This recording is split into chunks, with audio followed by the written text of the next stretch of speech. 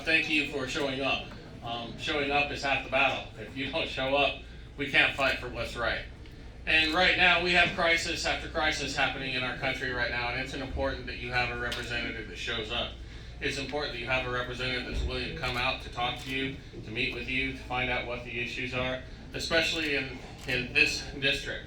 As was alluded to, this is a large district. Matter of fact, it's the largest in the state. It's the 11th largest in the country. It encompasses all or part of 7 counties. It's massive. So whoever you have, you need to make sure that that person has a vested interest in representing you. What I bring to the table, well, 17 years old is when I signed on the line the first time to serve my country. 12 hours after graduation, I was on the plane in basic training and my service. When I got the call at 3 o'clock in the morning and said, okay, it's time to deploy, I didn't say, sir, I'm sorry, I'm tired. That wouldn't have worked. I showed up and I did what I asked to do. And when he said, hey, you need to climb that hill, I didn't say, I'm sorry, that's a little bit too big for me. I got a thing at 4. And that's what we have with a lot of legislators right now, a lot of our leaders. And right now we need people who actually want to show up. They want to represent you. They want to get to know you, find out what it is your needs. The primary reason that I'm running is because I don't see that type of representation. Now, when I got out of the military, I said, look, I did my time, leave me alone the rest of my life. I've earned it. But now that time would mean nothing if I didn't stand up now. Our time would mean nothing if we did not stand up now. Our country needs us to stand up and represent. Parents need that sort of representation. That's the primary thing I'm running for.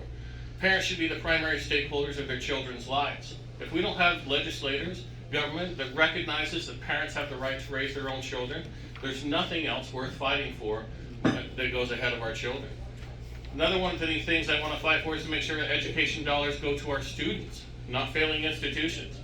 That way the $18,000 that we spend per student could go to homeschool, could go to private school, charter school, wherever the parent decides is where that needs to go. Parents want to make sure their children get educated. We want to make sure those dollars go to education, not indoctrination. The third and final thing I want to run for is to make sure we feed our people. We're an agricultural sector, an agricultural district. There's no reason in the world why we should be talking food shortage, but we are. We're aware that the bills coming out of Olympia don't make sense for agriculture over here. Most of the people on the legislative agricultural sector in our government don't even own farms. I'm a pig farmer. I grew up on a horse ranch. I know the struggles that it takes to feed animals and get our people fed, and that's the type of leadership we need, is people who have a hands-on experience and know how to bring things together, not just waiting for a bill in Olympia, but bringing people together to get things done. I invite you to go to my website at LonnieRayWilliams.com and check me out. Thank you.